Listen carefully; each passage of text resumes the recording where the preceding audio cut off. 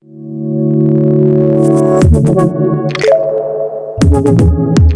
Jungle.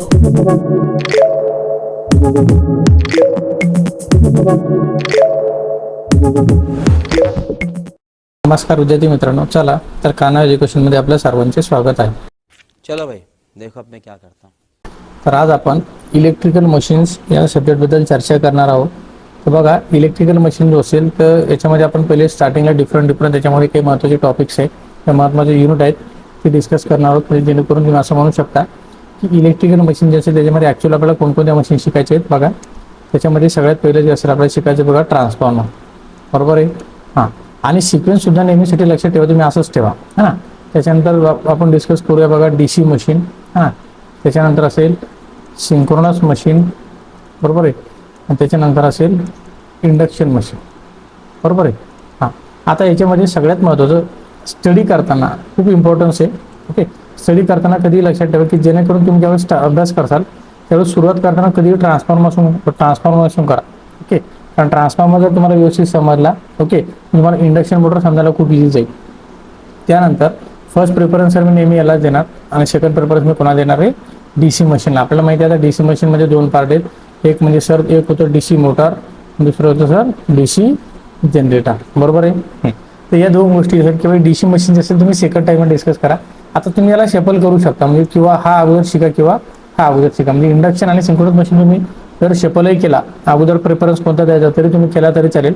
पण माझ्या उद्देशानंतर first तुम्ही नेहमी ट्रान्सफॉर्मर करा आणि नंतर DC मशीन करा. क्लिअर आहे, कळालं? ओके, तर आपण हे जे चॅप्टर आहे किंवा हे जे डिस्कस करणार आहोत आता, याच्यासाठी सगळ्यात महत्त्वाची गोष्ट आपल्याला फक्त इलेक्ट्रिकल मशीन 1 हा जो सब्जेक्ट असेल, बरोबर आहे, इलेक्ट्रिकल मशीन 1 आणि इलेक्ट्रिकल मशीन 2 असेल. इलेक्ट्रिकल मशीन 1 साठी फक्त आपले दोनच युनिट बघायचे आहेत, एक म्हणजे ट्रान्सफॉर्मर, दुसरा म्हणजे काय असेल DC मशीन. ओके, आता याच्यामध्ये सुद्धा की त्याच्यासाठी ज्या काही महत्त्वाच्या इम्पॉर्टंट गोष्टी लागणार आहेत, म्हणजे याचा अर्थ काय की बेसिक्स ऑफ मॅग्नेटिझम, काय म्हणतो मी त्याला, बेसिक्स ऑफ मॅग्नेटिझम हे आपल्याला पहिले शिकणं इम्पॉर्टंट आहे. क्लिअर आहे. आता ते थोडं आपण अगोदर डिस्कस करूया, म्हणजे जेणेकरून तुम्हाला पुढचा ट्रान्सफॉर्मर जो असेल DC मशीन असेल तुम्हाला शिकायला किंवा समजून घ्यायला खूप इझी जाईल. क्लिअर आहे, कळालं? बेसिक कन्सेप्ट क्लिअर करून घ्या, नंतर तुम्हाला ते जनरल तुम्ही फक्त एकदा वाचू जर गोथ्रू जरी केलं तरी तुम्हाला समजायला इझी जाईल. पण त्यासाठी बेसिक्स खूप इम्पॉर्टंट आहे. ओके, बघा आता बेसिक्स ऑफ मॅग्नेटिझम नेमकं एक्झॅक्ट काय असतं तर ते तुम्हाला मी थोडं शॉर्टमध्ये सांगतो. बघा, याच्यामध्ये magnetism is the property of material which they attract ion and produce magnetic field, है ना. तो आयनला काय करतो, तो अट्रॅक्ट करतो आणि काय करतो, produce magnetic field, that is called, त्याला आपण मॅग्नेटिझम म्हणतो. मग आता त्याच्यामध्ये ॲक्च्युअली सगळ्यांना माहिती आहे, मी एकदम सुरुवातीपासून म्हणजे एकदम तळागाळातून स्टार्टिंग पासून सांगतोय. आपल्याला तुम्ही लहानपणापासून ऐकत आले असेल बघा, N पोल आणि S पोल आला असेल, बरोबर. That is called as two pole of magnet, म्हणजे north and south. Like pole are repel आणि अनलाईक पोल आर अट्रॅक्ट. म्हणजे अनलाईक पोल जे असेल ते नेहमी आपल्याला काय करतात, अट्रॅक्ट करतात. अनलाईक पोल जे असेल ते नेहमी काय करतील, अट्रॅक्ट करतील. आणि लाईक पोल जे असेल ते नेहमी काय करतील, ते आपण लहानपणापासून याला बघत आलो की N आणि S हे दोन पोल जर असेल, म्हणजे डिफरंट पोल असेल तर एकमेकाला काय करतील, अट्रॅक्ट करतील. सर याच्यामध्ये अट्रॅक्शन होईल, बरोबर आहे. आणि N आणि जर सेम पोल असेल N याच्यामध्ये काय होईल सर, रिपल्शन होईल, बरोबर आहे. हां, हे आपण लहानपणापासून बघत आलोय. ओके, आता magnetic force is strongest at the pole of freely suspended magnet align in north south direction. Okay, आता ही एक लक्षात ठेवा की नेहमी आपल्याला माहिती आहे सर, सपोज माझ्याकडे असा एक मॅग्नेट असेल, बरोबर आहे.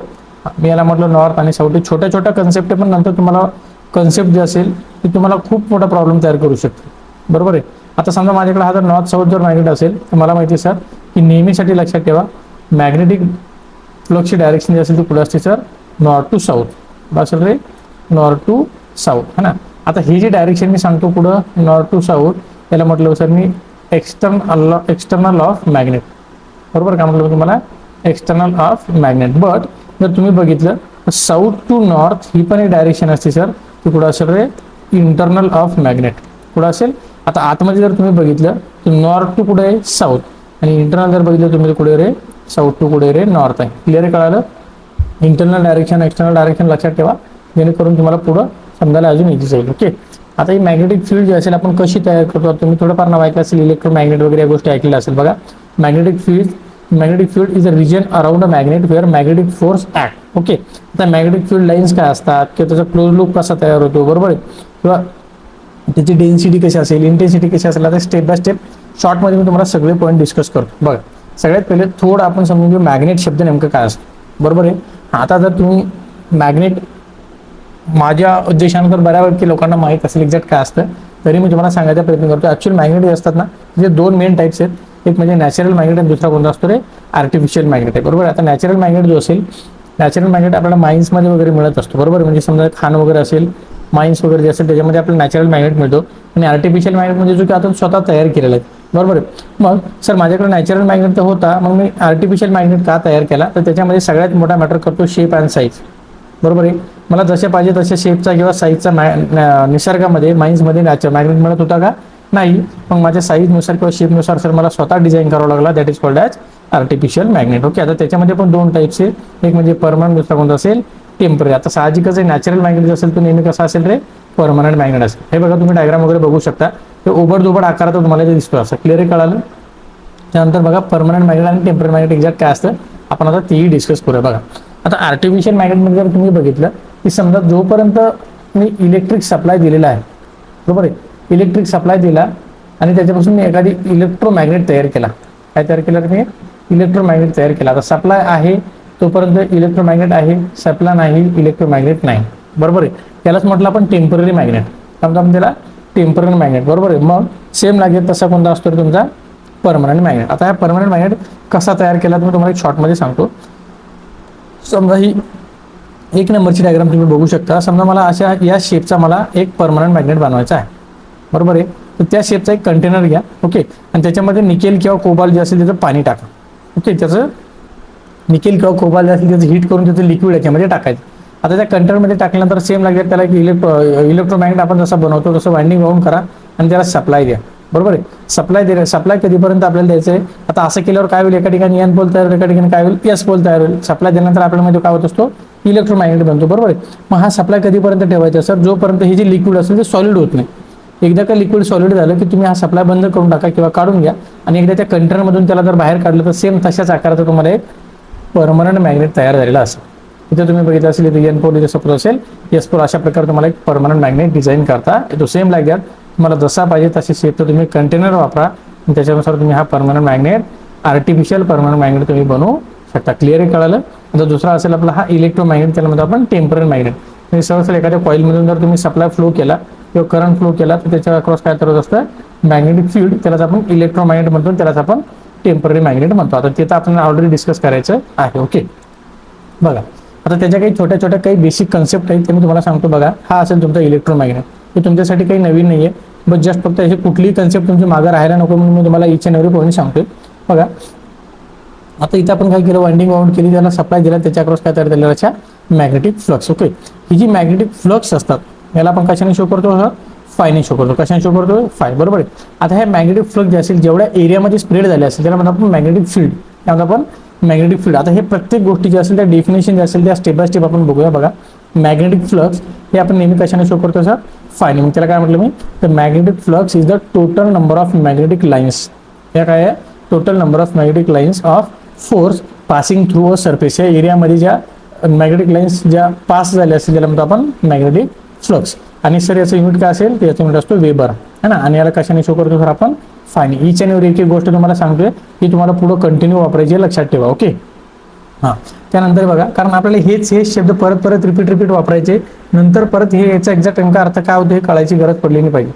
Magnetomotive force. ओके. आता हा शब्द तुम्ही थोडाफार ऐकला असेल, जसं तुम्ही ऐकला असेल बघा, EMF ऐकला असेल. बरोबर, इलेक्ट्रिसिटी. तसं इकडे कोणता असतो रे, मॅग्नेटोमोटिव्ह फोर्स. ओके.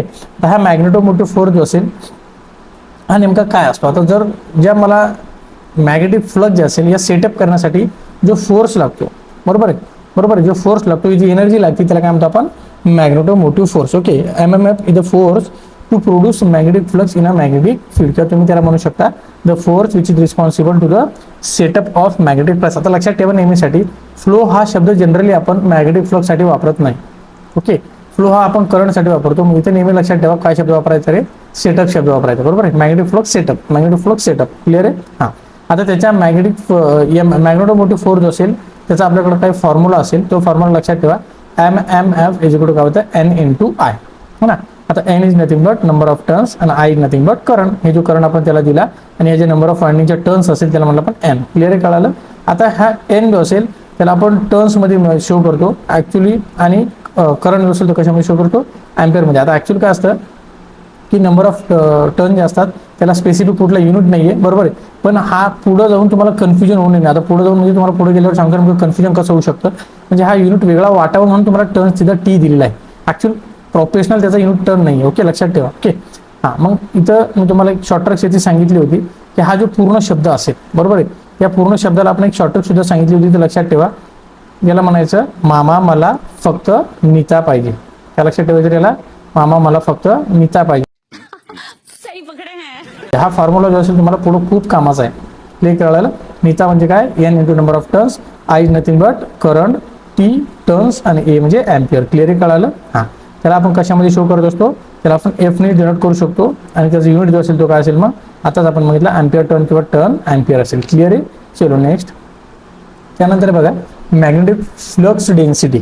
त्यानंतर काय, मॅग्नेटिक फ्लक्स डेन्सिटी, जो की आपण बी नी शो करतो. आता तुम्हाला आठवत असेल मी फर्स्ट इयरला किंवा याच्या अगोदर कधीतरी सायन्समध्ये डिस्कस केला असेल BH कर्व नावाची गोष्ट. त्यातला बी जो असेल त्याला म्हटलं आपण मॅग्नेटिक फ्लक्स डेन्सिटी आणि एच जो असेल त्याला म्हणतो असतो आपण मॅग्नेटिक फील्ड इंटेन्सिटी किंवा स्ट्रेंथ म्हणतो आपण त्याला. क्लिअर आहे. मग सर मॅग्नेटिक फ्लक्स डेन्सिटी म्हणजे काय हो, बरोबर आहे. आता तुम्हाला डेन्सिटी शब्द तुम्ही लहानपणापासून ऐकत आला असाल.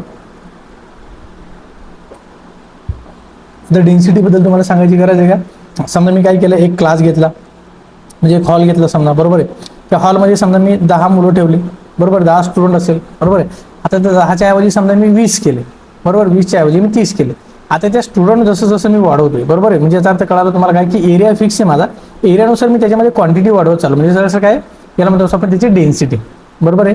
मग आता इथं सेम लाईक दॅट आपल्याला मॅग्नेटिक फील्डमध्ये पण तसंच बघायचं की आपले जे स्टुडंट आहेत असेल त्याच्या ठिकाणी इथं कोण आलं आहे, मॅग्नेटिक फ्लक्स, आणि काय असेल तुमचा एरिया, म्हणजे काय मॅग्नेटिक फील्ड डेन्सिटी ही जी असेल आपण कशी ठरवणार, magnetic flux per unit area, म्हणजे माझ्या एरियानुसार मी किती फ्लक्स माझे तयार झाले ही त्याच्यावर त्याची डेन्सिटी ठरत असते. समजा मी तुम्हाला म्हटलं ना की 10 स्टुडंट जर असतील, 10 पेक्षा 20 स्टुडंट टाकले म्हणजे त्याची डेन्सिटी वाढली. सेम लाईक दॅट माझा 1 मीटर स्क्वेअर समजा एरिया असेल, त्या एरियामध्ये माझ्या समजा x वाजेल फ्लक्स, मी जर त्या फ्लक्स वाढवल्या, एरिया तर तेवढाच, फ्लक्स वाढला म्हणजे त्याची 100% काय वाढणार सर, डेन्सिटी वाढणार. क्लिअर आहे. मग मॅग्नेटिक फ्लक्स डेन्सिटी जी असेल त्याची डेफिनेशन कशी लक्षात ठेवसान, ते define as the magnetic flux per unit area असेल, φ/a. आता आपल्याला माहिती आहे, आताच आपण डिस्कस केलं सर मॅग्नेटिक फ्लक्स कशामध्ये मोजतो आपण, वेबरमध्ये, आणि एरिया कशामध्ये मोजतो सर आपण, मीटर स्क्वेअरमध्ये, म्हणजे काय weber per meter square, that is a unit of magnetic flux density, बरोबर आहे. मग बी म्हणजे काय होतं, फ्लक्स डेन्सिटी.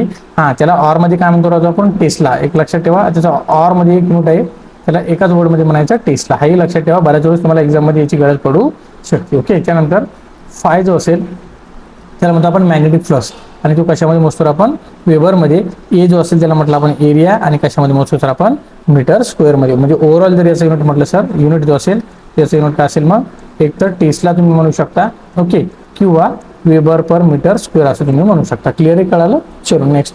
त्यानंतर बघा मॅग्नेटिक फील्ड स्ट्रेंथ असं. आता हे मॅग्नेटिक फील्ड स्ट्रेंथ म्हणजे नेमकं काय, ओके. आता जसं तुम्ही डेन्सिटी बघितली तशी तुम्हाला इंटेन्सिटी तुम्ही याला म्हणू शकता. बघा मॅग्नेटिक फील्ड इंटेन्सिटी किंवा त्यालाच आपण मॅग्नेटिक फील्ड स्ट्रेंथ म्हणतोय, है ना. आता याचा एक्झॅक्ट अर्थ काय होतो सर, बघा आता समजा मी तुम्हाला म्हटलं की आता समजा हे एक्झाम्पल बघा, मी तुम्हाला इलेक्ट्रोमॅग्नेट जो अगोदर मी तयार करून गेलो होता, है ना.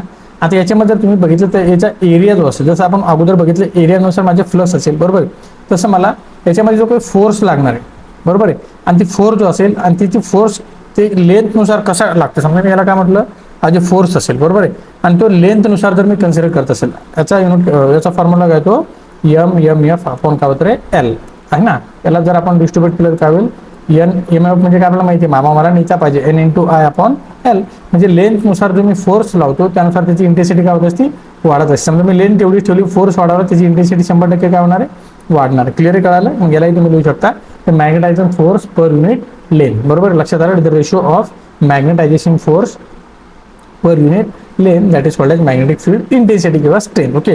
L is nothing but length of magnetic path. Okay. आणि MF जो असेल आताच आपण डेट डिस्कस केला, फोर्स असेल. क्लिअर आहे, कळालं. मग याचा युनिट जो असेल सर तो कसा लक्षात ठेवायचा, मी तुम्हाला आताच म्हटलं होतं, H इज इक्वल टू काय असेल, MMF अपॉन काय असेल सर, L, बरोबर. MMF ला आपण काय लिहिलं सर, N×I/L, यार तुम्ही लिहू शकता. आता N कशामध्ये मोजतो आपण? टर्न्समध्ये, बरोबर आहे. म्हणजे काय? टर्न अँपियर पर काय असेल सर? मीटर. तुम्ही असंही लिहू शकता किंवा तुम्हाला मी आताच म्हटलं होतं अँपियर पर मीटर तुम्ही डायरेक्टली लिहू शकता, कारण टर्न घ्यायची गरज नाही. क्लिअर आहे? कळालं? ओके. चलो त्यानंतर नेक्स्ट बघा.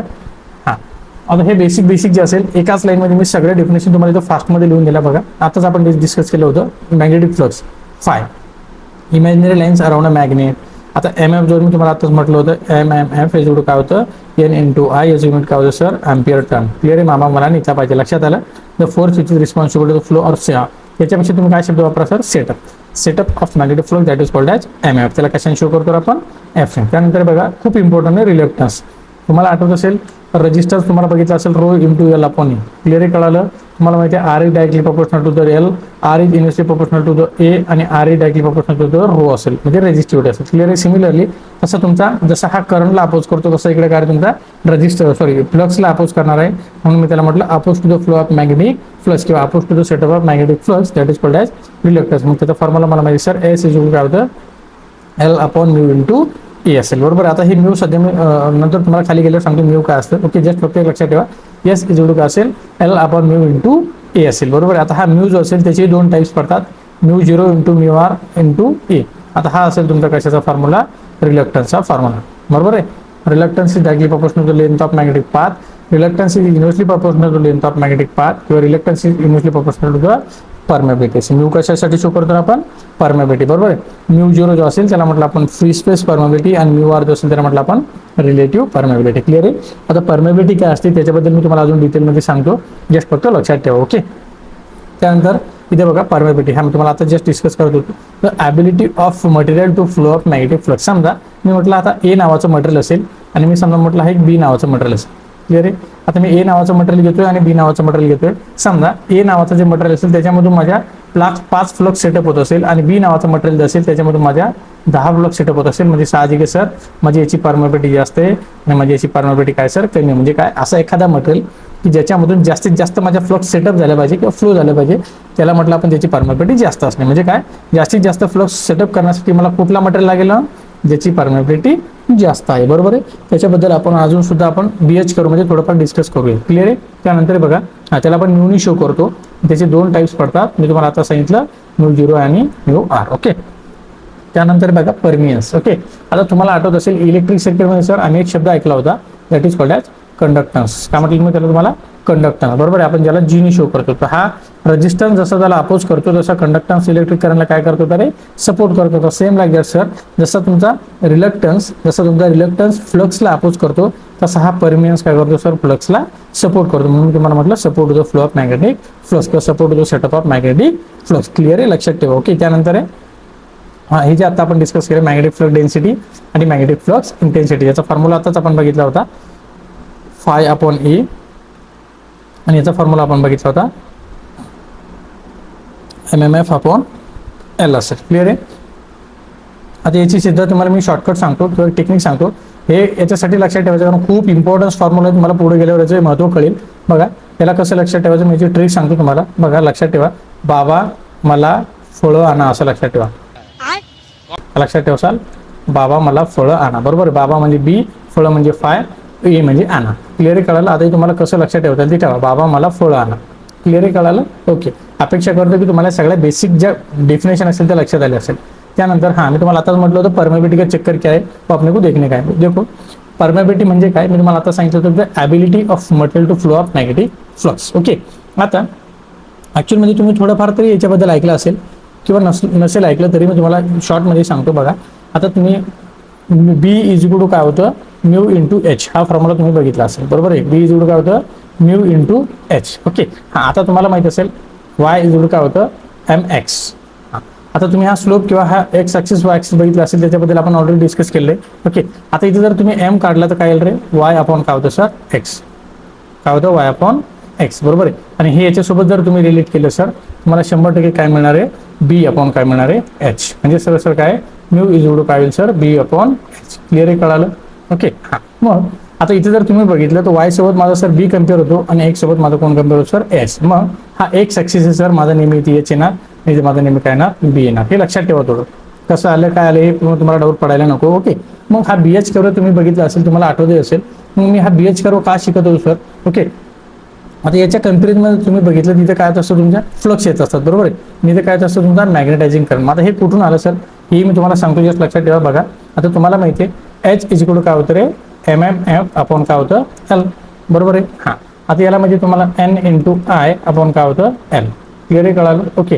हां आता तुम्हाला अजून एक फॉर्म्युला माहित असेल, जसं की ओहम्स लॉ तुम्ही म्हणता, Ohm's law of magnetic circuit. आता Ohm's law of magnetic circuit आपला काय सांगतो, Ohm's law of magnetic circuit काय सांगतो, आठवा इलेक्ट्रिक सर्किटचा V इज इक्वल टू काय होतं सर, I इंटू R बरोबर आहे. मग V म्हणजे काय, इथे तुम्ही काय लावता रे, फोर्स लावता, म्हणजे काय MMF इज इक्वल टू काय होतं सर, फाय इंटू S बरोबर आहे ना. हे सगळे फॉर्म्युले तुम्ही जस्ट लक्षात ठेवून म्हणजे तुम्हाला अजून पुढे समजायला सोपं जाईल बरोबर. मग तुम्हाला माहिती आहे फाय इज इक्वल टू काय होतं सर, MMF अपॉन काय होतं सर S. जर तुम्ही याला डिस्ट्रीब्यूट केलं N इंटू I अपॉन काय होतं सर S. आता हा कोणता आहे तुमचा मॅग्नेटायझिंग करंट असेल. समजा तुम्हाला एखादा इलेक्ट्रोमॅग्नेट तयार करायचा आहे, तो इलेक्ट्रोमॅग्नेट तयार करण्यासाठी तुम्ही जो करंट देतो त्याला म्हणतो आपण मॅग्नेटायझिंग करंट बरोबर आहे. आता तुम्ही बघितलं हा फॉर्म्युला आपला कसा तयार झाला सर, NIM अपॉन काय झाला सर तुमचा S. तर मी हा S इकडे नेला तर काय होईल रे, S phi is equal to काय होईल N इंटू IM. आता हा फॉर्म्युला थोडा बारकाईने बघा. ओके, हा फॉर्म्युला जर तुम्ही थोडा बारकाईने बघितलं तुम्हाला एक गोष्ट लक्षात येईल सर, की जर तुम्ही मॅग्नेटायझिंग करंट वाढवला म्हणजे इलेक्ट्रोमॅग्नेटसाठी तुम्ही जो सप्लाय देता ना तो जर वाढवला तुमचे 100% काय वाढणार आहे sir, flux. Same like that माझ्या मॅग्नेटायझिंग करंट वाढला तसं माझ्या काय वाढेल, फ्लक्स वाढेल बरोबर आहे. मग तुम्हाला आठवत असेल तुम्ही असं BH करू बघितलं असेल, क्लिअर आहे, कळालं. ओके म्हणजे काय सर, तुम्ही सरळ माझ्या मॅग्नेटायझिंग करंट वाढत गेलो तसं माझ्या फ्लक्स पण वाढत गेला, करंट वाढत गेलं, फ्लक्स पण वाढत गेला. पण सर फक्त एका पॉईंटपर्यंत ही गोष्ट घडली आणि त्या पॉईंटच्या नंतर काय झालं सर, हा जो असेल तो कर्व माझा कॉन्स्टंट झाला. म्हणजे सर मी करंट वाढवत चाललोय, पण माझे फ्लक्स वाढताय का सर, नाही. दॅट इज कॉल्ड ॲज, त्यालाच म्हटलं जर आपण सॅच्युरेशन पॉईंट, काय म्हणतो आपण त्याला, सॅच्युरेशन पॉईंट. आता BH कर्व बद्दल आपण आणखी सुद्धा डिटेलमध्ये डिस्कस करणार आहोत जेव्हा आपण ट्रान्सफॉर्मर चालू करू. पण जस्ट फक्त तुम्हाला मी ओरली इन्फॉर्मेशन सांगतो. म्हणजे काय, सर मी करंट दिला, फ्लक्स आल्या, करंट दिला, फ्लक्स आल्या, पण हे कधीपर्यंत चालणार सर, एका स्पेसिफिक पॉईंटपर्यंत. That is called as saturation point. म्हणजे तिथून पुढे काय होईल, तुम्ही कितीही करंट वाढवला तरी तुम्हाला मॅग्नेटिक फ्लक्स वाढणार आहे का, नाही. तिथे त्यावर काय होईल, सॅच्युरेट झाला असेल, काय झालेलं असेल, सॅच्युरेट बरोबर आहे. आता हे जस्ट तुमच्या थोडंफार लक्षात आलं असेल मला नेमकं BH कर्वमध्ये काय शिकायचं. मग सर हे BH कर्व मला नेमकं सांगतो काय, अजून सुद्धा नाही कळालं. बघा याचं एक्झॅक्ट जे काम असतं ना ते सांगत असतं बेटा तुम्हाला परमेबिलिटी सांगत असतं. काय सांगत असतं, परमेबिलिटी बरोबर आहे. आता तुम्हाला हा जो ग्राफ असेल, मी तुम्हाला आताच म्हटलं ना परमेबिलिटी कसा सांगतो, तुम्हाला आठवत असेल की आपल्याला जर एखादा मटेरियल यूज करायचं असेल बरोबर आहे, परमेबिलिटीचा जो मटेरियल यूज करायचं असेल तर परमेबिलिटीचा मटेरियल असेल त्याचे वेगवेगळे डिफरंट कॅटेगरी आहे, कॅटेगरीच्या नुसार त्याचा परमेबिलिटी आहे बरोबर. आता याची सुद्धा तुम्हाला मी शॉर्ट ट्रिक सांगतो, लक्षात ठेवा. बघा तुम्ही CSMSS कॉलेजचं नाव ऐकलं असेल बरोबर आहे, CSMSS कॉलेजचं नाव ऐकलं असेल, त्याचं शॉर्टकट लक्षात ठेवा, CSMSS बरोबर आहे. ती MSSच्या ऐवजी काय करा, याला थोडं आपल्याला चेंज करू, म्हणजे काय CSMSS बरोबर आहे, तिथं काय करा, तिथं CC लिहा. मी असं का लिहून दिलं बघा, हा होतो CRGO बरोबर आहे, त्याला म्हणायचं सिलिकॉन स्टील बरोबर आहे, त्याला म्हणायचं माइल स्टील, त्याला म्हणायचं कास्ट स्टील बरोबर आहे, कास्ट स्टील, आणि याला म्हणायचं कास्ट आयर्न. क्लिअर आहे, कळालं. ही तुम्हाला मी एक शॉर्ट ट्रिक दिली फक्त CSMSS जे नाव असेल त्याच्या खालचं फक्त SS ला CC लक्षात ठेवा. म्हणजे काय सर, मला एक्झॅक्ट कळालं की सगळ्यात जास्त परमेबिलिटी कोणाची असेल सर, CRGO, त्याच्यानंतर असेल सर सिलिकॉन स्टीलची असेल बरोबर आहे, त्याच्यानंतर असेल माइल स्टील असेल बरोबर आहे, हां त्याच्यानंतर असेल सर कास्ट स्टील असेल. ओके, हे स्टीलचे सगळे सोबत घ्या, त्याच्यानंतर असेल सर कास्ट आयर्न असेल. क्लिअर आहे, कळालं. म्हणजे सगळ्यात जास्त परमेबिलिटी सर CRGOची असेल, त्याच्यानंतर सिलिकॉन स्टीलची असेल, त्याच्यानंतर माइल स्टीलची असेल, त्याच्यानंतर कास्ट स्टीलची असेल, त्याच्यानंतर कास्ट आयर्न असेल. क्लिअर आहे, कळालं. ओके, अशा प्रकारे हे डिफरंट म्हणजे सर सगळ्यात जास्त प्लस कोण फ्लो करू शकतो सर, CRGO, त्याच्यानंतर हा, त्याच्यानंतर हा, त्याच्यानंतर हा, त्याच्यानंतर हा. म्हणजे सर मला एवढं कळालं की हा जो ग्राफ आहे, हा ग्राफवरून काय ठरवायला लागलो की त्या मटेरियलची परमेबिलिटी कशी आहे बरोबर आहे. मग इथे जर तुम्ही बघितलं तर आपला एक पूर्ण ग्राफ तयार होणार आहे असं बरोबर आहे. हा जो ग्राफ माझा तयार होणार आहे, हा ग्राफ मला सांगणार असेल की त्याची परमेबिलिटी कशी. मग सर हा ग्राफ जेवढा छोटा असेल बरोबर आहे, हा ग्राफ जेवढा मोठा असेल तो काय ठरवतो, म्हणजे ग्राफ छोटा तर लॉसेस माझे कमी आहे सर, म्हणजे परमेबिलिटी जास्त आहे. हा ग्राफ मोठा म्हणजे माझे लॉसेस कसे सर, जास्त आहे, आणि परमेबिलिटी कशी असेल सर, कमी असेल. क्लिअर आहे, कळालं. याची परमेबिलिटी कशी असेल सर, जास्त असेल. एक्झॅक्ट तुम्हाला परमेबिलिटी लक्षात आली असेल. क्लिअर आहे. आता ही रिटेंटिव्हिटी वगैरे असेल मी तुम्हाला ट्रान्सफॉर्मरमध्ये 100% एकदम व्यवस्थित सिस्टमॅटिक आपण त्याला एकदम औषध पिल्यासारखं पिणार आहे. ओके, लक्षात ठेवा. त्याच्यामुळे तुम्हाला तिथं खूप डिटेलमध्ये कळणार आहे. जस्ट फक्त आता तुम्हाला मी ओव्हरव्ह्यू सांगतो, बेसिक गोष्ट सांगतो, तेवढं लक्षात ठेवा. तुम्हाला BH कर्व काय असतं बरोबर आहे, BH कर्व एक्झॅक्ट कसा तयार होतो, कोण एक्स ॲक्सिसवर काय घ्यायचं, वाय ॲक्सिसवर काय घ्यायचं, काय कॉन्स्टंट असेल, काय सॅच्युरेशन असेल, सगळ्या गोष्टी तुम्हाला लक्षात आल्या असेल. ओके, त्यानंतर बघा आपल्याला अजून महत्त्वाची गोष्ट ती म्हणजे लॉज पाहिजे. काय शिकायचं आहे अजून महत्त्वाचं म्हणजे लॉज. आता ते लॉज असेल त्याच्यामध्ये कोणकोणते लॉ आहेत, त्याच्यामध्ये सगळ्यात पहिला तुम्हाला महत्त्वाचं म्हणजे असेल तो फॅराडेज लॉ माहीत पाहिजे. बरोबर आहे. हे लॉज याच्यासाठी माहीत पाहिजे तुम्हाला जे पुढे मशीन डिस्कस करायचे तर प्रत्येक मशीन कुठल्या लॉजवर चालते ते आपल्याला लक्षात आलं असेल. बरोबर आहे. बघा Faraday's law of electromagnetic induction याच्यामध्ये दोन लॉज आहे, एक म्हणजे फर्स्ट लॉ आणि दुसरा असेल तो सेकंड लॉ. बरोबर आहे. आता फर्स्ट लॉ आणि सेकंड लॉ जे असेल सर हे काय सांगतात तेव्हा हे काय इम्पॉर्टंट आहे त्यासाठी मी तुम्हाला अगोदर काही गोष्टी सांगतो महत्त्वाच्या. सगळ्यात पहिले मला हे दोन्ही लॉ शिकण्यासाठी मला दोनच गोष्टी महत्त्वाच्या आहे सर. एक म्हणजे मॅग्नेटिक फ्लक्स. बरोबर आहे. हां. आणि दुसरं म्हणजे सर मला काय पाहिजे कंडक्टर पाहिजे. काय पाहिजे सर कंडक्टर. पक्का लक्षात ठेवा मला दोनच गोष्टी पाहिजे, एक म्हणजे मॅग्नेटिक फ्लक्स आणि दुसरा म्हणजे मला काय पाहिजे सर कंडक्टर. मग असं का म्हणतोय सर की मला दोघांच्या सहाय्याने कसा फायदा करता येईल बघा. आता मॅग्नेटिक फ्लक्स जे असेल याच्या अगोदर थोडं तुम्हाला मी एक्झाम्पल सांगतो बघा. माझ्याकडे एक चाकू असेल आणि एक माझ्याकडे सफरचंद असेल, ॲपल आहे आणि माझ्याकडे नीफ आहे. बरोबर आहे. आता ह्या दोघांचं मी काय केलं, मी दोन कंडिशन ठेवल्या. ही एक फर्स्ट कंडिशन, ही माझी काय असेल सेकंड कंडिशन. आता दोघांचे मी भांडणं लावून दिले म्हणजे सरळ सरळ काय ॲपल जाग्यावर ठेवला, त्याला चाकू फेकून मारला. बरोबर आहे. आणि सेकंड टाइमला काय केलं की मी चाकू खाली ठेवला किंवा नीफ खाली ठेवला आणि त्याला ॲपल फेकून मारला. मग मला एक सांगा दोघांमध्ये काय झालं रे, दोघांमध्ये काय झालं, दोन्ही कंडिशनमध्ये काय झालं कटिंग ऑफ ॲपल. काय झालं cutting of Apple. Cutting of knife झालं का, चाकू कटला का तुमचा नाही, कोण कटलं ॲपलच कटला. म्हणजे दोघांमध्ये पण जे असेल ती कटाई कोणाची होणार आहे याची ॲपलचीच होणार आहे. सेम लागतात मॅग्नेटिक फ्लक्स म्हणजे जर कन्सिडर करा ॲपल आणि याला जो असेल त्याला काय म्हणायचं आहे चाकू नीफच. क्लिअर आहे कळालं. ओके ॲपल आणि नीफ. ओके मग मी हे एक्झाम्पल याच्यासाठी दिलं की तुम्हाला फॅराडेज लॉ लक्षात राहायला पाहिजे. क्लिअर आहे. मग असं काय समजा मी काय केलं एखादा कंडक्टर घेतला आणि एखादी मॅग्नेटिक फ्लक्स घेतली, त्या दोघांचं ज्यावेळेस इंटरलिंक होईल किंवा त्या दोघांचं ज्यावेळेस इंटरलिंक हे होणार आहे किंवा त्या दोघांचं ज्यावेळेस कॉन्टॅक्ट येईल. बरोबर. किंवा त्याला म्हणू शकतो मी एक तर कंडक्टर मुवमेंटमध्ये ठेवा किंवा फ्लक्स मुवमेंटमध्ये ठेवा, दोन्हीपैकी एक कॉन्स्टंट ठेवायचं आणि एक व्हेरिएबल ठेवायचं. यावेळेस ते दोघं कॉन्स्टंट किंवा व्हेरिएबल असेल दोघांची मी सरळ सरळ भांडण लावून दिले, तर भांडण लावून दिल्यानंतर काय होणार आहे हा कंडक्टर एक तर मॅग्नेटिक फ्लक्सला कट करेल किंवा मॅग्नेटिक फ्लक्स या कंडक्टरला काय होतील रे कट होतील. बरोबर आहे. मग ह्या दोघांचं इंटरॅक्शन झाल्यानंतर काय होतं की त्याच्यामध्ये हा जो कंडक्टर असेल त्याच्यावर काय तयार होईल सर EMF तयार होत असतो. काय तयार होत असतो EMF. बरोबर आहे. म्हणजे ह्या कंडक्टरने मॅग्नेटिक फ्लक्स जर कट केला तरी कंडक्टर EMF तयार होणार आहे आणि जर ह्या मॅग्नेटिक फ्लक्स या कंडक्टर सोबत कट झाल्या तरी सुद्धा माझ्या कंडक्टरवर तयार होणार sir EMF that is called electromotive force. बरोबर आहे. मग हा EMF जो तयार झाला या सगळ्या प्रोसेसला आपण म्हटलं फॅराडेचा फर्स्ट लॉ. ही जी प्रोसेस आहे काय म्हटलं आपण फॅराडेचा first law. Either changes magnetic flux और conductor EMF will induce on conductor that is called as Faraday's first law. म्हणजे काय दोघांच्या इंटरॅक्शनमुळे की दोघांच्या इंटरॅक्शनमुळे जो काही कंडक्टर EMF तयार होतो त्याला म्हणतो असं फॅराडेचा फर्स्ट लॉ. ओके मग माझा सेकंड लॉ काय सांगतो सर की जो माझा EMF तयार झाला होता तो काय असेल sir directly proportional to the rate of cut of magnetic flux. Rate of cut of magnetic flux म्हणजे काय की किती प्रमाणात माझ्या मॅग्नेटिक फ्लक्स कट झाल्या तेवढ्या प्रमाणात माझा EMF तयार होईल. म्हणजे सरळ सरळ माझी कटिंग जर जास्त झाली माझं फ्लक्स जास्त होईल EMF जास्त होईल आणि माझी कटिंग कमी झाली तर माझे फ्लक्स काय EMF काय होईल कमी होईल. बरोबर आहे. म्हणजे काय induce EMF is directly proportional to rate of cut of magnetic flux किंवा rate of change of magnetic flux. Clear कळालं. ओके अपेक्षा करतो फॅराडेचं फर्स्ट लॉ आणि सेकंड लॉ सुद्धा तुम्हाला कळालं असेल. हे जर लक्षात नाही आलं तर लगेच सफरचंद आणि चाकू आठवायचं तुम्हाला सहज लक्षात राहून जाईल. बघा आता इथं तुम्हाला लक्षात आलं असेल बघा ह्या मॅग्नेटिक फ्लक्स आहे या कंडक्टर सोबत लिंक झाल्यामुळे बघा तुम्हाला व्हाईट कलरच्या हा याला म्हणतो आपण EMF तयार होणार. काय तयार झालं त्याच्यावर EMF तयार झाल्यामुळे त्याच्यामध्ये करंट फ्लो होत असतो. ओके ते नंतर आपण हळूहळू स्टेप बाय स्टेप बघणारच आहोत. क्लिअरली कळालं. ओके त्यानंतर एकदम तुम्हाला स्टेटमेंट वगैरे दिली आहे जे आता आपण डिस्कस केले तेच फक्त तुम्हाला थिओरिटिकल स्टेटमेंटमध्ये बघा. Whenever a magnetic flux link with a conductor or coil changes and electromotive force is induce in it if the circuit is close and induce current flow that is called as फॅराडेचा first law.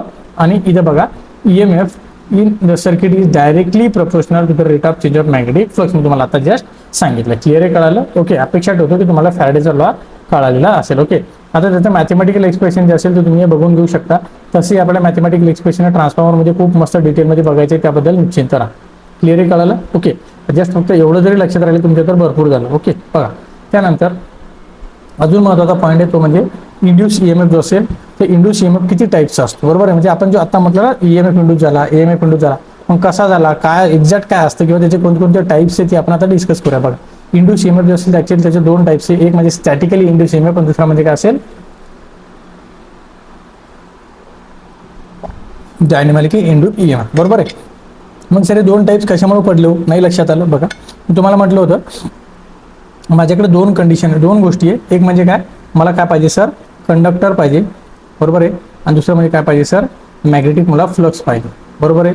हां, आता ह्या दोन गोष्टी असेल, या दोघांचं ज्यावेळेस इंटरॅक्शन होतं सर, त्यावेळेस मी काय म्हटलं होतं, त्याच्यामध्ये EMF तयार होतो, बरोबर आहे. मग सर मला मॅग्नेटिक फ्लक्स डोळ्याने फिरताना दिसत नाही, पण मला कंडक्टर फिरताना दिसतो, बरोबर आहे. मग मी म्हणू शकतो की ज्यावेळेस माझा कंडक्टर जर असेल सर कॉन्स्टंट आणि माझे मॅग्नेटिक फ्लक्स जे असेल सर कशा असेल, त्या व्हेरिएबल असेल, बरोबर, किंवा टाइम वेरिंग नेचर असेल, बरोबर आहे.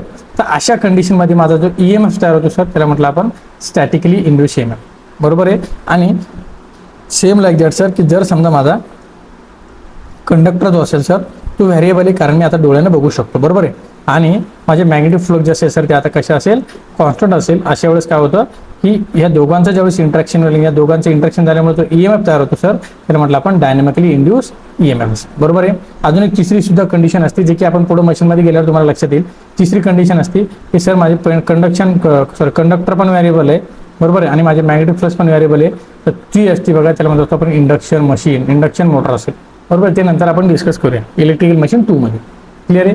आता स्टॅटिकली इंड्यूस EMF जे असेल त्याचे सुद्धा आणखी दोन टाइप्स आहे, एक म्हणजे सेल्फ इंड्यूस EMF, दुसरा म्हणजे काय असतो, म्युच्युअल इंड्यूस EMF, बरोबर आहे. आता हे सेल्फ इंड्यूस EMF काय असतं किंवा म्युच्युअल इंड्यूस EMF काय असतं हे मी तुम्हाला शॉर्टमध्ये सांगतो. बघा इथे जर तुम्ही बघितलं असेल तर तुम्हाला वेगवेगळे डिफरंट डायग्राम असेल, बरोबर आहे.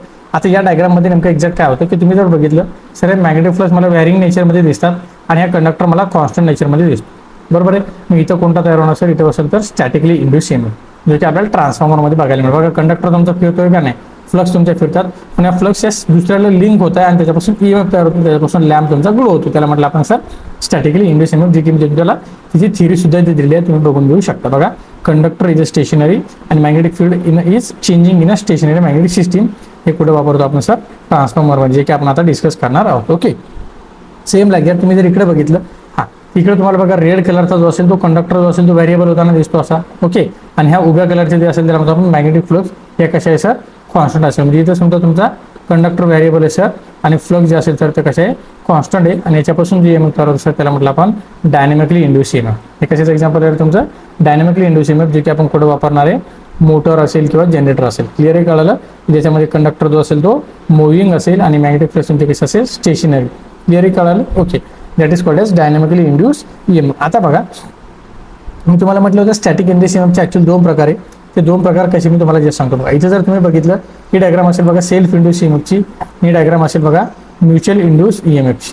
ओके, हां आता सेल्फ आणि म्युच्युअलमध्ये काय फरक आहे सर मला सांगा. बघा असं तुम्ही एक इलेक्ट्रोमॅग्नेट तयार केला, ज्याला तुम्ही करंट दिला, करंट दिल्यामुळे त्याच्या अक्रॉस मॅग्नेटिक फ्लक्स असेल ते तयार झाल्या. आता हे मॅग्नेटिक फ्लक्स स्वतःच्या भौतिक फिरता फिरता काय होतं, हे जे कंडक्टर आहे ना त्या कंडक्टरला कट होतात. त्या कंडक्टर सोबत काय होणार, या हे बघा याला असे छेदून चाललं, बरोबर आहे. म्हणजे काय की स्वतःच्याच मॅग्नेटिक फ्लक्स स्वतःसोबत जर कट होत असेल किंवा स्वतःच्या कंडक्टर सोबत कट होत असेल त्याच्यापासून जो EMF तयार होतो सर त्याला म्हणायचं सेल्फ इंड्यूस EMF, बरोबर आहे. आता इथं बघा, इथे मी दोन कॉईल घेतल्या, याला मला सप्लाय दिलेला आहे, बरोबर आहे, आणि याला मी सप्लाय दिलेला आहे का सर, नाही, बरोबर आहे. मग याला मी सप्लाय दिल्यामुळे काय झालं की याच्यामध्ये करंट फ्लो झाला, करंट फ्लो झाल्यामुळे याच्याकडे सुद्धा मॅग्नेटिक फ्लक्स तयार झाले. आता हे जे मॅग्नेटिक फ्लक्स आहे हे मॅग्नेटिक फ्लक्स स्वतःच्या कंडक्टर सोबत तर कट होतात, बरोबर आहे, त्याच्यासोबत त्या शेजारच्या कंडक्टरला सुद्धा कट करायला लागलं, बरोबर आहे. म्हणजे कॉईल एच्या मॅग्नेटिक फ्लक्स माझ्या कॉईल बीच्या कंडक्टरला कट होतात. आता इथं जो EMF तयार होणार सर त्याला म्हटलं आपण सेल्फ इंड्यूस EMF, आणि इथं जो तयार होणार त्याला म्हटलं आपण म्युच्युअल इंड्यूस EMF. मी याला म्युच्युअल का म्हटलं, कारण या ज्या फ्लक्स होत्या या कंडक्टरला कट करणाऱ्या फ्लक्स या कॉईल एच्या होत्या, कारण मी कॉईल एला सप्लाय दिला होता फक्त. क्लिअर कळालं, that is called as mutual induce EMF. अपेक्षा करतो की तुम्हाला सेल्फ आणि म्युच्युअल सुद्धा लक्षात आलेला असेल. ओके, त्यानंतर बघा लेन्झ लॉ, बरोबर आहे. आता लेन्झ लॉ बद्दल मी तुम्हाला बऱ्याच वेळेस शॉर्टकट सांगितली होती. लेन्झ लॉ म्हणजे फक्त एका वाक्यात लक्षात ठेवा, ज्याच्या ताटात खाल्लं त्याच्या ताटाला लात मारणे. क्लिअर कळालं, म्हणजे काय, अपोज टू कॉज, म्हणजे ज्याच्यापासून तयार झालं त्याला काय करणे, अपोज करणे. The direction of induce current such that is opposes the change in magnetic flux that produce it.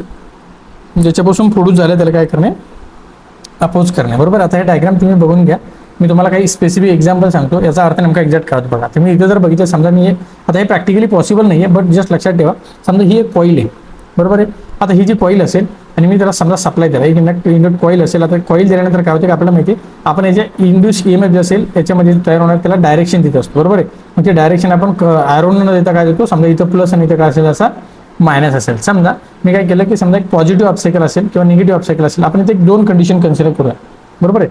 आता मी दोन कंडिशन कन्सिडर केलं, समजा मी डायरेक्शन दिली, समजा इथं वरच्या साईडला प्लस कन्सिडर केलं, खालच्या साईडला काय केलं मायनस. आता इथं जर तुम्ही विचार केला, हे दोघं एकमेकाच्या कसे सेम पोलॅरिटी आहे, बरोबर आहे. आणि एकदा काय केलं मी इथं मायनस घेते, इथे काय घेतलं एकदा प्लस. हीच पोलॅरिटी मी तुम्हाला दाखवतो इंड्यूस ईएमएफची, बरोबर आहे. म्हणजे सर हा ईएमएफ याला काय करतो सर, अपोज करतो, आणि हा ईएमएफ याला अपोज करतो का, नाही, बरोबर आहे. मग इथे जर तुम्ही बघितलं तर याच्या जर करंट मी काढला तर किती मिळतो, 4 अँपियर, जे की तुम्हाला लेन्झ लॉ जो असेल तो तुमचा इथं प्रॉपर वर्क करतोय. आणि इथे जर बघितलं तुमचा करंट किती येतो रे, 6 अँपियर. हे की तुमची रॉंग डायग्राम आहे किंवा रॉंग कॅल्क्युलेशन आहे. क्लिअर आहे, कळालं. हे तुमचं करंट कॅल्क्युलेशन आहे, हे तुमचं काय आहे, रॉंग कॅल्क्युलेशन आहे. क्लिअर आहे, कळालं. ओके, लक्षात आलं. अशा प्रकारे फक्त लक्षात ठेवा, the effect always oppose its own cause, that is called as Lenz laws. Okay. त्यानंतर हा पण एक लॉ महत्वाचा आहे, फ्लेमिंग राईट हँड रूल आणि फ्लेमिंग लेफ्ट हँड रूल, बरोबर आहे. त्याला म्हणतो आपण FRH आणि एकाला म्हणतो आपण FLH, बरोबर आहे. आता FRH आणि FLH मध्ये नेमका फरक आहे लक्षात ठेवा. तुम्हाला जस्ट पहिले शॉर्टकट सांगतो, एक लक्षात ठेवा. मी लेफ्ट हँड आणि राईट हँड, माझ्याकडे 2 हात आहे मला, बरोबर. माझे 2 हँड असेल तर दोन्ही हँडपैकी तुम्हाला कुठला हात भारी वाटतो रे. समजा तुम्ही म्हटलं, मी काय म्हटलं लेफ्ट हँड आणि काय म्हटलं राईट हँड. मला माहिती सर माझं नेहमीसाठी मला राईट हँड थोडा भारी वाटतो, बरोबर आहे. सेम लाईक दॅट कनेक्शन करा. मी तुम्हाला म्हटलं की समजा मोटर असेल आणि माझ्याकडे दुसरा काय रे, जनरेटर असेल. तुम्हाला मोटर आणि जनरेटर दोघांमध्ये कुठला शब्द भारदा वाटतो, तर मॅक्झिमम 99% लोकांना असं वाटतं एक्सेप्ट जनरेटर भारी आहे, बरोबर आहे. मग जस्ट लक्षात ठेवा, भारीला बारीक कनेक्ट करा आणि हलक्याला हलक्या कनेक्ट करा. म्हणजे जस्ट मी तुम्हाला एक टेक्निकली असं काही नसतं, पण लक्षात राहा म्हणून तुम्हाला शॉर्ट ट्रिक सांगतो. म्हणजे काय, लेफ्ट हँड रूल जो असेल सर मी नेहमी कुठं वापरणार, मोटरसाठी वापरणार. आणि राईट हँड रूल जो असेल सर मी कोणासाठी वापरणार, जनरेटरसाठी वापरणार. क्लिअर आहे, कळालं. बघा मग आता लेफ्ट हँड रूल आणि राईट हँड रूल एक्झॅक्ट काय असतं सर मी तुम्हाला सांगतो. बघा ॲक्च्युअली ते 3 फिंगर आपण यूज करतो. त्याच्यामध्ये सगळ्यात पहिला जो असेल तो कोणता असतो, थंब असतो. त्याच्यानंतर असेल इंडेक्स फिंगर, ओके. त्यानंतर असेल तुमचा मिडल फिंगर असेल, बरोबर आहे. आता हे फिंगर बघा, हा जो असेल नेहमी फोर्स शो करणार. इथं सुद्धा तोच असेल, फोर्स किंवा मोशन शो करतो. शेवटचा जो असेल हा फिंगर मिडलवाला, तो पण नेहमी करंटची डायरेक्शन शो करतो, करंट किंवा EMFची डायरेक्शन. आणि हा जो असेल तो नेहमी काय शो करतो सर, मॅग्नेटिक फ्लक्स डेन्सिटी असेल किंवा मॅग्नेटिक फील्ड असेल. क्लिअर आहे, कळालं. ओके. तर तुम्हाला स्टेटमेंटमध्ये सुद्धा तेच बघा, the right hand rule state that the thumb, index finger and middle finger, बरोबर आहे. आता इंडेक्स फिंगरला तुम्ही फर्स्ट फिंगर पण तुम्ही याला म्हणू शकता, लक्षात आलं. Of the right hand rule held mutually perpendicular to each other, बरोबर. हे एकमेकाचे कसे असायला पाहिजे, परपेंडिक्युलर असायला पाहिजे. कसं असायला पाहिजे, म्हणजे इथं जे अँगल असेल सर हा किती असायला पाहिजे, 90 डिग्री असेल. क्लिअर आहे, कळालं. ओके. मग तुमचा थंब जो असेल सर, तो थंब नेहमी काय शो करणार, motion of the conductor. Okay, लक्षात ठेवा. पण राईट आणि लेफ्ट हँडमध्ये हा फरक तुम्हाला कळायला पाहिजे. मी तुम्हाला कोणाबद्दल चर्चा करतोय, राईट बद्दल. Okay, motion of conductor. कारण राईट हँड रूल आपण कायसाठी वापरतो, जनरेटरसाठी. म्हणजे मला आउटपुट सर मला काय मिळालं पाहिजे, इलेक्ट्रिकल मिळालं पाहिजे, बरोबर आहे. त्यानंतर द इंडेक्स फिंगर, बरोबर आहे. इंडेक्स फिंगर किंवा फर्स्ट फिंगर असेल तर काय सांगतो सर मला, डायरेक्शन ऑफ मॅग्नेटिक फील्ड. त्यामुळे तुम्हाला डायरेक्शन ऑफ मॅग्नेटिक फील्ड. आणि मिडल फिंगर जो असेल सर नेहमी मला काय सांगत असतो, इंड्यूस करंट सांगत असेल. काय सांगत असेल ते, डायरेक्शन ऑफ इंड्यूस करंट.